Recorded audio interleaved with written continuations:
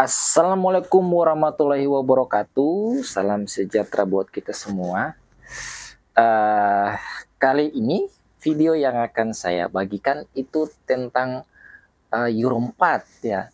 Jadi Euro 4 kita mau bahas di sini sedikit saja, jangan terlalu banyak-banyak soalnya teorinya banyak. Yang akan saya bahas di sini adalah injektor ya. Injektornya. Jadi injektor common rail atau injektor Euro 4 itu dia termasuk dalam kategori aktuator. Jadi aktuator ini dia ibarat eksekutor. Jadi eksekutor. Nah, dia akan melakukan kerjanya ketika dia diberikan arus listrik. Dari siapa? Dari ECU.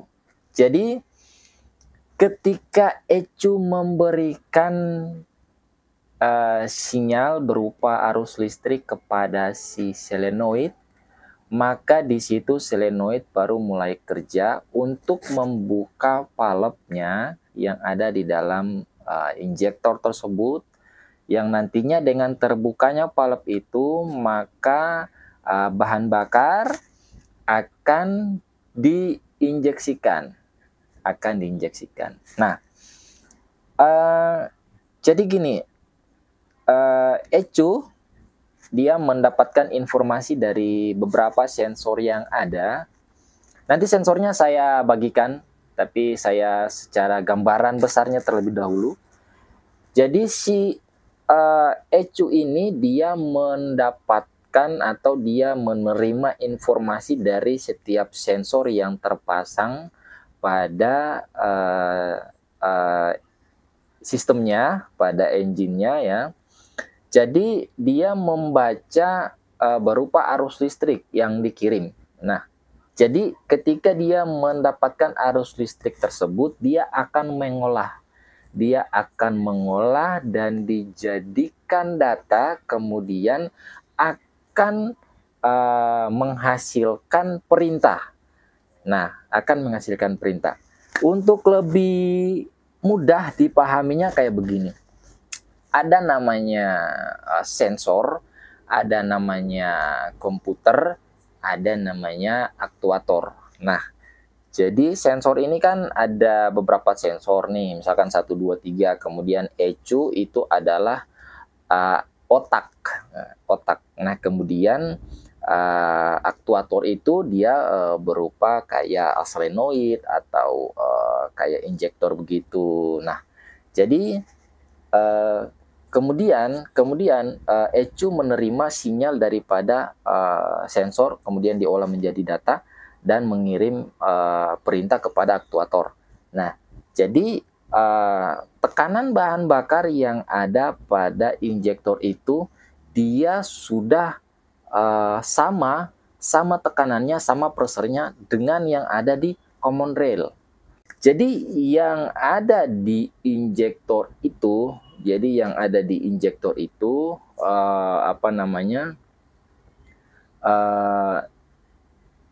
tekanan pipa penghubung antara si common rail dan juga si injektor itu sama.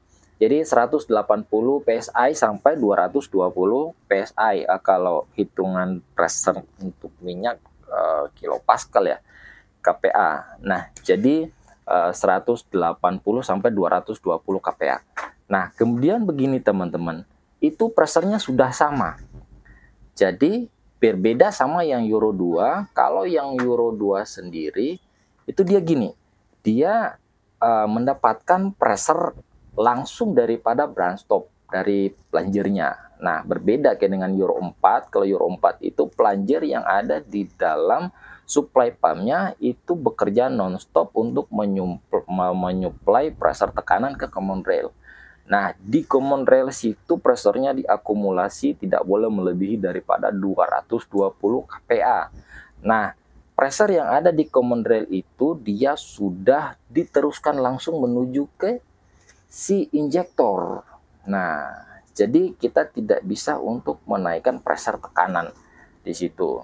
Jadi untuk injektornya sendiri, injektornya itu di atas kepala injektornya itu terdapat tempat yang namanya gulungan selenoid ya. Biasa kalau bahasa awamnya tuh ada gulungan di situ, yang mana nantinya ketika diberikan arus listrik tek, itu nanti si jarumnya, needle nozzle-nya itu terangkat.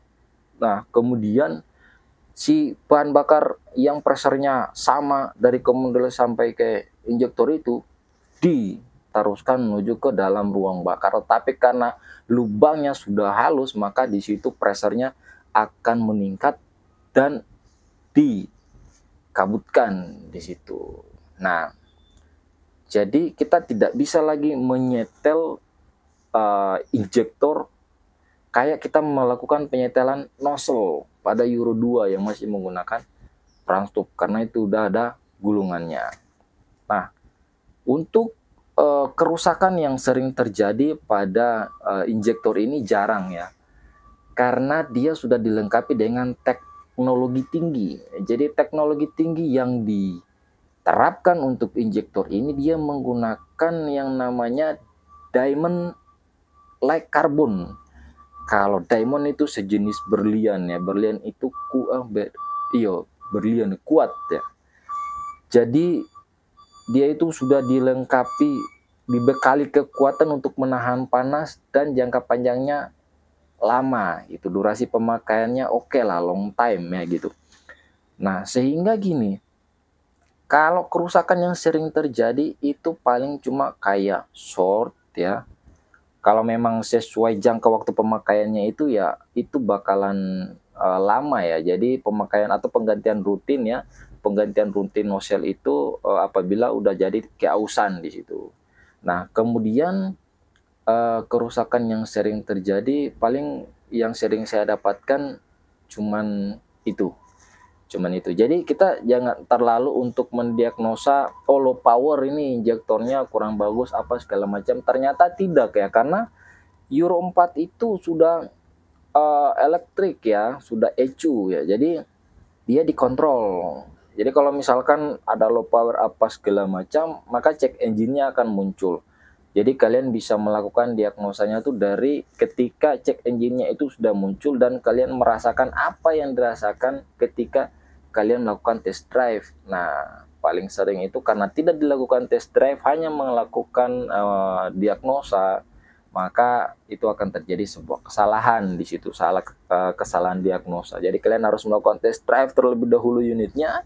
Ketika unitnya sudah bagus, ketika unitnya kalian tes masih bagus, berarti kalian bisa menganalisa tidak ada yang rusak. Tapi ketika kalian test drive dan kemudian misalkan ada pincang-pincang, berasap atau ngepos apa segala macam, nah itu baru kalian bisa memberikan keputusan apanya rusak. Nah, jadi untuk injektornya sendiri lama baru mau rusak gitu. Dan kalau rusaknya paling gampang mengetahuan ya. Nah, kalau misalkan kalian bawa ke dealer ya, itu kan ada yang namanya Diagnostic Explorer. Jadi sekarang udah di level 3, DX3 istilahnya. Jadi mereka akan melakukan scan di situ, mereka akan melakukan diagnosa di situ, dan tinggal menggunakan komputer, tinggal dicolokin ketahuan trouble code-nya. Jadi mereka juga bisa melakukan pengetesan injektor dengan mematikan langsung daripada komputer itu. Jadi tidak repot sekarang untuk perbaikan, cumanya repot untuk biaya mungkin ya. Nah, mungkin sekian tentang injektor daripada saya. Silahkan kalian kalau tulis di komentar apa yang kurang di situ atau apa yang kalian tahu, bisa kalian bagikan di kolom komentar biar saya juga paham dan saya bisa mempelajarinya juga. Nah, mungkin sekian daripada saya tentang injektor. Kedepannya mungkin saya akan membahas tentang supply pump, atau mungkin saya akan membahas tentang tentang elektrikalnya, power supply-nya, wiring diagramnya. Nanti saya usahakan kalau saya punya waktu. Oke, sekian daripada saya. Sampai jumpa di video berikutnya.